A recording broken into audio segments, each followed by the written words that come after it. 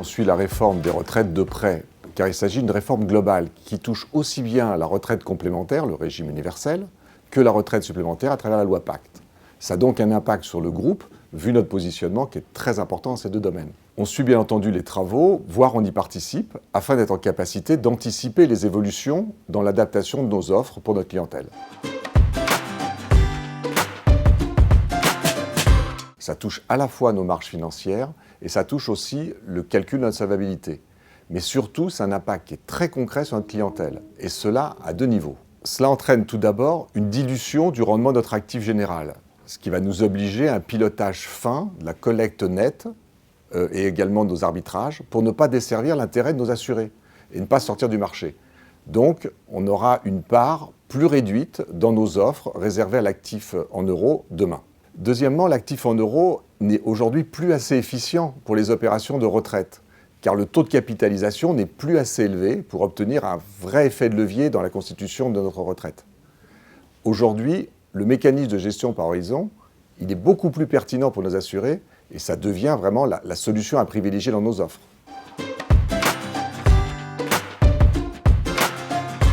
La loi Pacte obéit à trois objectifs principaux.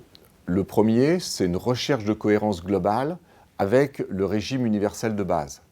Le régime universel de base va chercher un mode de calcul unifié, quels que soient les statuts. Et dans la loi Pacte, on va rechercher aussi une architecture unique, quel que soit le mode de souscription ou le statut des gens qui adhèrent. Si l'objectif de simplification à terme est louable, cette nouvelle architecture autour d'un produit à trois compartiments va néanmoins nécessiter des adaptations importantes dans nos offres. Également un effort d'appropriation du nouveau cadre pour tous nos collaborateurs, mais aussi un effort important de pédagogie vis-à-vis de notre clientèle.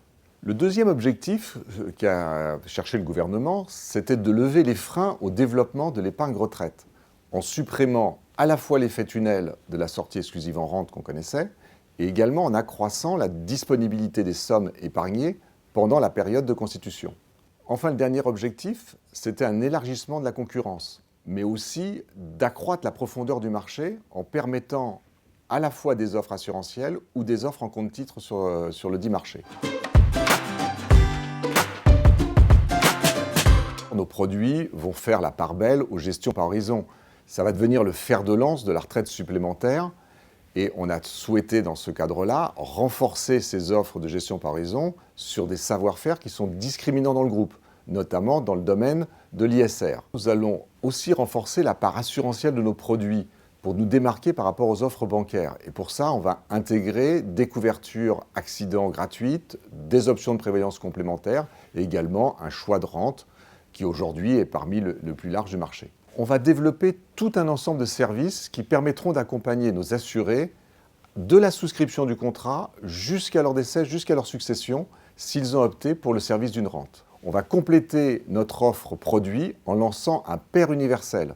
C'est le produit qui viendra remplacer les PERCO bancaires. Ces nouvelles offres seront déployées dès le mois de février 2020 pour le PER individuel et pour le PER obligatoire souscrit par les entreprises, et à l'été 2020 pour le PER universel.